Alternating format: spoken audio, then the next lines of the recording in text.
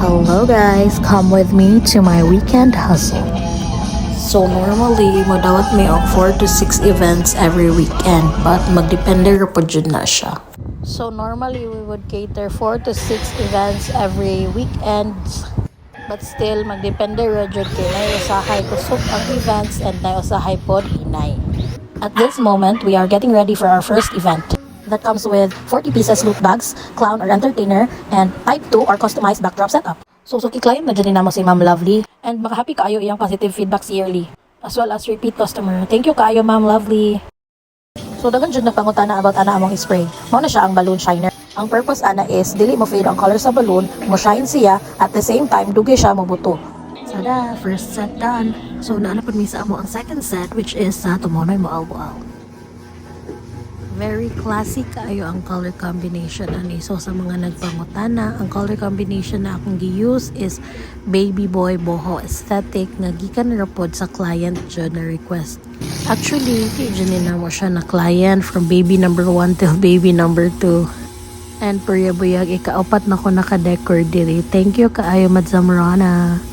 So again, para morning pa man ni siya na set. Jud siya gi-make sure na masprayhan na mo tarong kay lahi ra jud ang na-spray sa balloon. Labi na kung outdoors and indoors as well. Kay if sa makeup pa setting spray, naa po setting spray para sa balloons. And here's our finished product. Very classy, very demure. So just because morning ang mga event, need na mo i-prepare ahead of time. Para morning, balloons na lang, and mga retouch.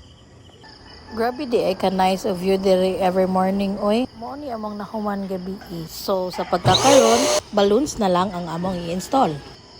As you see, ako ra jud ang nagkuan-kuan dira kay ngano, grabe jud ko kalimtanon basta daghan og events. Sige jud ko kalimot sa akong mga gamit, so nibalik pas agi si Gio para akong mga nalimtan. And yes, ingana ra jud kadali ang among nabuhat. Bali mga 1 hour dyan na namo na-install ang mga balloons and retouch. So, down to our last event finally. So, medyo kipaspasan na dyan no kay pang lunch batanan event nako. So, nice kayo ni siya nga color combination no. And ang birthday celebration da ani kay 11 celebrants. As well as suki pa dyan nako si ma'am. Well, actually, all 4 events, repeat customers jud. Thank you kaayo ninyo mga ma'am. It means a lot to me, Jude, for appreciating my creations as well as giving me the opportunity. Makahappy kaayo. Yee! And then it's time to pack up for our first event yesterday. Yes, usually mga events na mo kung pang dinner kay morning na dyan na mo kuhaon. See you again soon mga amiga. Thanks for watching.